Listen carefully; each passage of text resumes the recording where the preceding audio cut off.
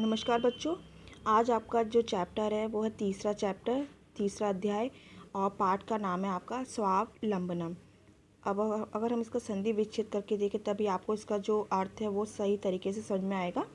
तो स्व प्लस अवलंबनम यानी क्या, अपने ऊपर खड़े रहना। अपने ऊपर खड़े रहना मतलब आत्मनिर्भर होना। तो इस चैप्टर में, इस पाठ में यही बताया गया है कि आपको आत्मनिर्भर कैसे रहना है और आत्मनिर्भरता के कितने फ़ायदे हैं, और जो आत्मनिर्भर नहीं होते यानी कि जो दूसरों पर निर्भर होते हैं उनके क्या क्या नुकसान हैं। तो चलिए शुरू करते हैं पाठ। इसमें दो दोस्तों के बारे में बताया गया है और उसमें जो एक दोस्त है वो तो बहुत धनवान पैसे वाला है, लेकिन जो दूसरा उसका दोस्त है वो उतना संपन्न नहीं है और उसके जो पिता है, माता जी हैं, वो किसान हैं और किस खेती का काम करते हैं। चलिए देखिए। कृष्णमूर्ति श्रीकंठश्च मित्र आस्ताम। कृष्णमूर्ति और श्रीकंठ मित्र थे। श्रीकंठस्य पिता समृद्ध आसीत। श्रीकंठ के पिता समृद्ध थे। समृद्ध मीन्स धनवान थे। अतः तस्य भवने सर्वविधानि सुख साधनानि आसन्। तस्मिन् विशाले भवने चत्वारिंशत् स्तंभः। और क्या है, अतः तस्य भवने, किसके भवन में। अब जो श्रीकंठस्य पिता है वो क्या, समृद्ध, समृद्ध में धनवान हो गए, ठीक है। अतः तस्य भवने, तस्य किसके, श्रीकंठ के, उसके भवने, भवन मतलब घर में, सर्व विधानी सब प्रकार के, सुख साधनानी आसन थे, यानी कि उसके घर में सब प्रकार के सुख साधन थे। यानी कि सुखी जीवन जीने के लिए हमें जो जो चीज़ चाहिए होती है, जो जो साधन चाहिए होते हैं, वो सब उसके घर में थे। तस्मिन् विशाले भवने चत्वारिंशत् स्तंभ आसन।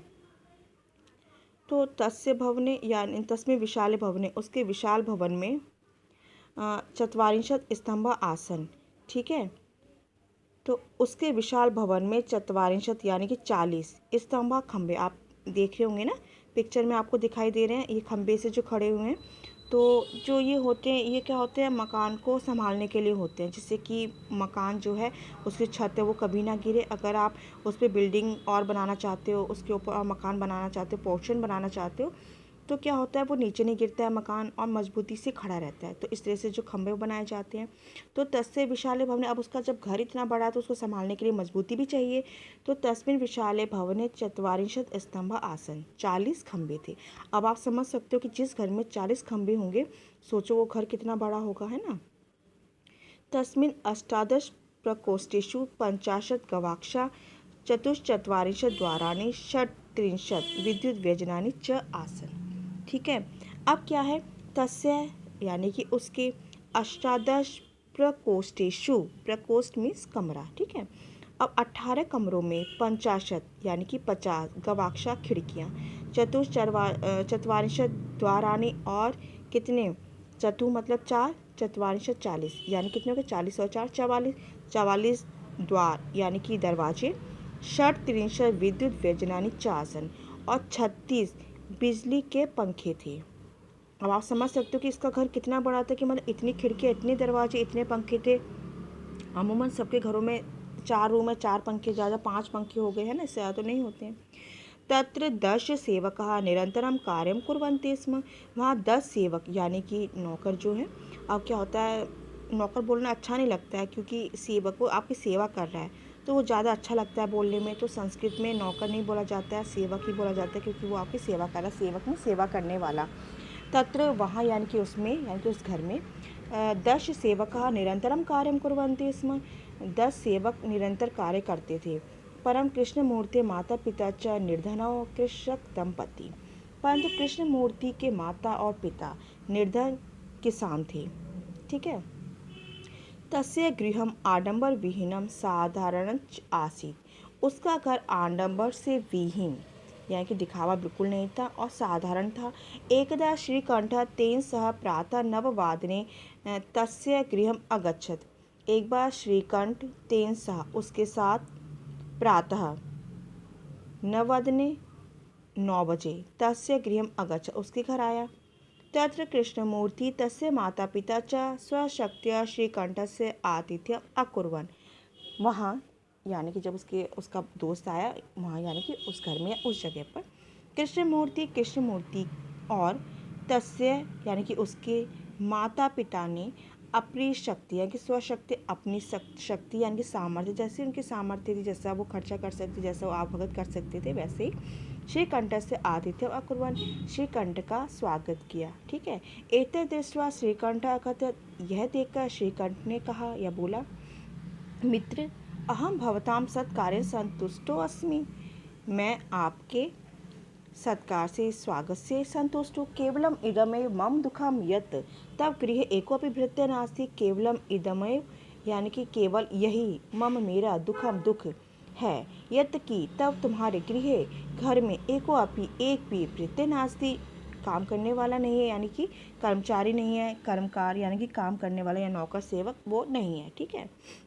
मम सत्काराय भवतां बहु कष्टम जातम, मेरे स्वागत पे आपको बहुत कष्ट हुआ। मम गृह तो बहवा कर्म करा संति, मम मतलब मेरे गृह घर में तो बहवा बहुत सारे कर्म करा सेवक या नौकर संति हैं। तथा कृष्णमूर्ति उदत, तब कृष्णमूर्ति ने बोला, मित्र, मम अपि अष्टौ कर्म करा संति, मेरे भी 8 कर्म करा है, नौकर हैं, सेवक हैं। तेचा, और वे हैं, 2 पादौ, 2 पैर, 2 हस्तौ, 2 हाथ, 2 नेत्रे, 2 नेत्र, 2 श्रोत्रे, 2 कान इति, इस प्रकार। एते प्रतिक्षणम मम सहायकाः, ये सब प्रतिक्षणम यानी कि हर पल मम सहायका, मेरे सहायक हैं। किंतु तब भृत्या सदैव सर्वत्र च उपस्थिता भवितुं न शक्नुवन्ति, किंतु तुम्हारे भृत्यज नौकर न सदैव हमेशा सर्वत्र और सब जगह उपस्थित नहीं हो सकते। शक्नुवन्ति हो सकते, ना मतलब नहीं हो सकते। तो हम तो स्वकार्य भृत्य आदि, तुम तो सब काम के लिए अपने नौकरों के अधीन हो, उन पर निर्भर हो।